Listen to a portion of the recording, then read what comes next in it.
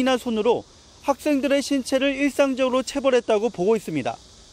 급기야 학부모가 체벌을 말리기도 했는데 견디다 못한 그러니까 선생님들도 본의 아니게 뭐 이렇게 좀 맞게 인권 상황에 맞게 바꿔야 되는데 그 점이 아직 좀 널리 확산이 안 돼서 전북학생인권심의위원회는 적발된 교사 9명에게 경고나 징계 등을 내리도록 교육감에게 권고했습니다. MBC 뉴스 강동엽입니다. 만일 도로의 교통 신호기가 고장나면 거리는 순간 엄청난 혼란에 빠질 겁니다. 그만큼 중요한 신호기인데 공무원이 업체와 짜고 재고품을 마치 새 제품인 것처럼 설치했다는 정황이 드러났습니다. 고차원 기자입니다. 신호등을 통제하는 제어기, 안을 들여다보면 신호등 전력을 통제하는 LSU, 동기 구동장치라는 부품이 있습니다.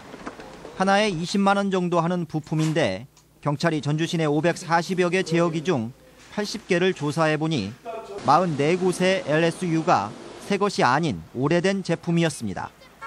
세 군데는 제어기 전체가 아예 새 제품이 아니었습니다. 경찰은 재고품이 사용된 것으로 보고 있습니다. 소모품이거든요. 조제어부가 아니고 보조장치 역할을 하는 소모품이기 때문에 이게 또 자주 나가요. 아주. 다 기록을 확인할 수는 없겠네요. 그렇죠. 어느 때는 놓칠 수도 있죠. 경찰은 전주시 교통정보센터에 근무 중이던 공무원 3명이 지난 2012년 시 재산인 재고품을 A 업체에 넘기고 이 업체에서 부품이 새 것인 것처럼 가공돼 다시 납품된 것으로 보고 있습니다. 이 과정에서 뇌물이 오갔는지도 수사하고 있습니다. 중고 신호 제어기와 부품 일부가 설치되었음이 확인되었고 이에 따라 설치 회사와 관련 공무원들에 대한 수사를 진행하여 불법이 발견되면 엄정하게. 경찰은 2달 전 업체와 교통센터를 압수수색했으며 관련 공무원도 조만간 소환해 조사를 벌인다는 방침입니다. MBC 뉴스 고차원입니다. 전주 서부 신시가지의 마지막 노른자의 땅으로 불리는 대한방직 전주공장 부지의 매각 계획이 오늘 발표됐습니다. 이 회사 주식은 곧바로 상한가를 기록했지만 벌써부터 개발 과정의 특혜 논란 등 우려의 시각이 만만치 않습니다. 유룡 기자의 보도입니다. 아파트 단지와 공공기관에 둘러싸인 대한방직공장. 부지 면적은 도청사 부지의 2배에 달하는데 서부 신시가지 개발 이후 주변 땅값이 크게 상승하면서 금싸라기 땅으로 불리고 있습니다. 대한방직은 이 땅을 경쟁 입찰을 통해 공개 매각하겠다고 밝혔습니다. 공장 용지로 돼 있다 보니 공시지가는 3.3제곱미터당 58만 원에 불과합니다. 하지만 아파트 등으로 용도가 변경될 경우 최대 10배 가까이 값이 뛸 것으로 부동산 시장은 내다보고 있습니다. 현재 땅값은 평당 500만 원 정도로 보고는 있습니다. 근데 만약에 용도 변경이 되면은 그 이상으로도. 매각 소식이 전해지면서 대한방직 주식은 상한가를 기록했습니다. 전주시는 용도 변경이나 기부 체납 등에 대해 어떠한 문의도 받은 적이 없다며 대한방직과 사전 교감설에 대해 선을 그었습니다. 사업자가 어떻게 개발을 하겠다고 제안이 들어오면 제안 내용을 충분히 검토를 해가지고 우리 시에서 이것을 수용할 것인지 말 것인지. 더구나 전주시가 용도를 변경해 줄 경우 막대한 시세 차익에 대한 특혜 시비에 휘말릴 수 있고 일부에서는 공원으로 조성해야 한다는 목소리도 나오고 있습니다. 따라서 부지가 매각되더라도 본격적인 개발로 이어지기는 상당 기간 쉽지 않아 보입니다. MBC 뉴스 유룡입니다.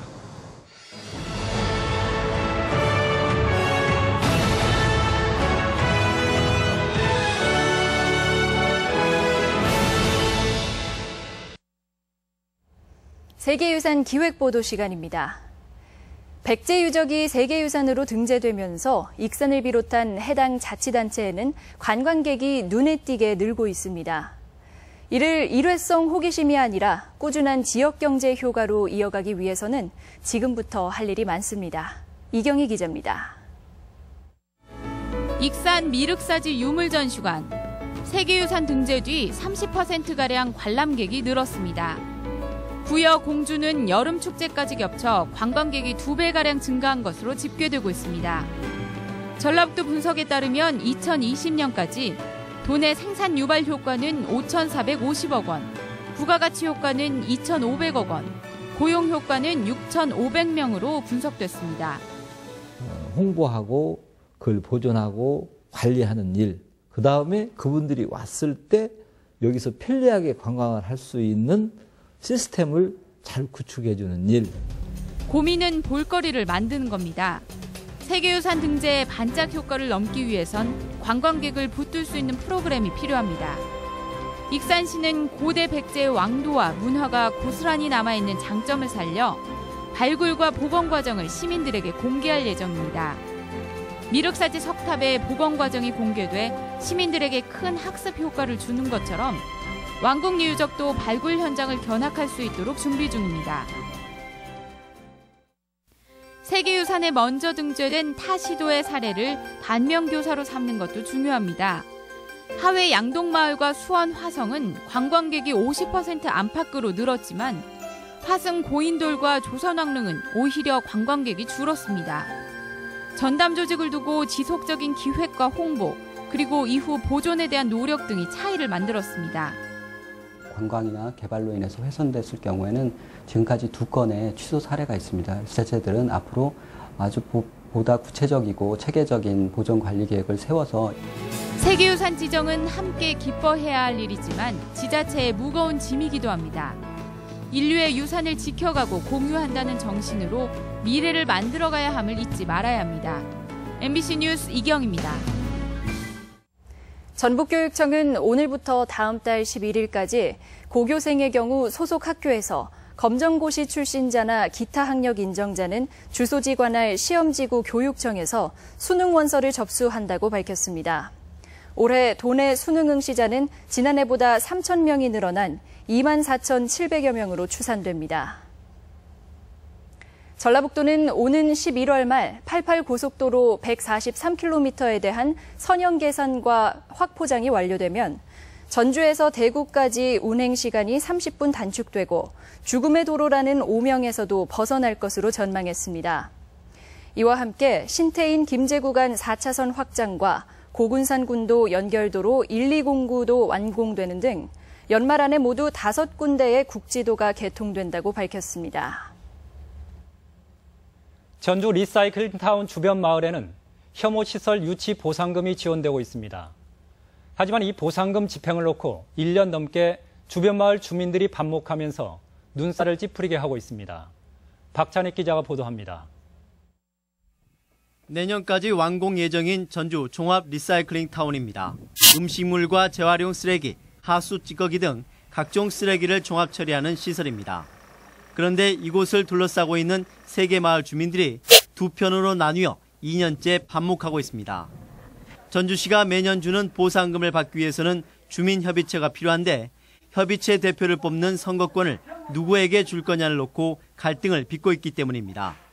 빨리 돼야지. 우리도 하루 이틀 아니고 계속 갈등이 있어. 협의체가 구성이 안 된 게 복부거잖아요. 더구나 이곳 3개 마을을 뺀 나머지 간접 피해 지역은 이미 보상이 이루어지고 있습니다. 이렇게 그냥 시일만 들고 밀리고 있으니 이거 어떻게 해달라 소리도 못 하고 답답하기만 할 뿐입니다. 사실 주민들은 각 마을에서 총회를 열어 9명의 협의체 대표를 뽑았습니다.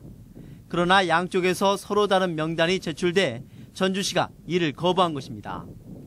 그러자 한쪽 주민들이 행정심판을 청구해 현재 결과를 기다리고 있습니다.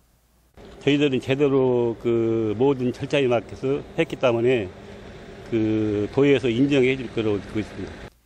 행정심판에서 어떤 결론이 나오든 양쪽 주민 모두 결과에 승복하지 않을 것으로 보여 주민 간 법적 다툼으로 번질 가능성이 높아지고 있습니다.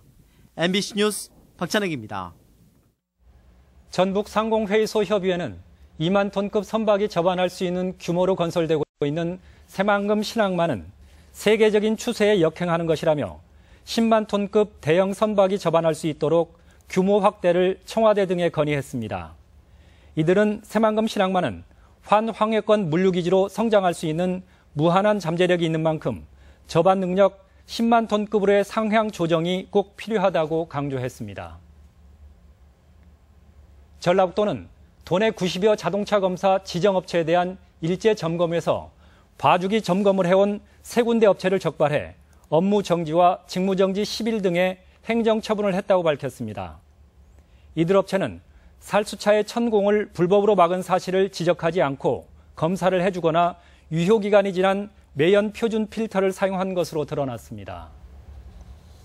오늘의 간추린 소식입니다. 중소기업중앙회 전북본부가 다음 달에 사무실을 전주 서부 신시가지에 위치한 전북지방 중소기업청으로 이전할 계획입니다. 두 기관의 같은 건물 입주로 사업 추진 등의 시너지 효과가 발생할 것으로 기대됩니다.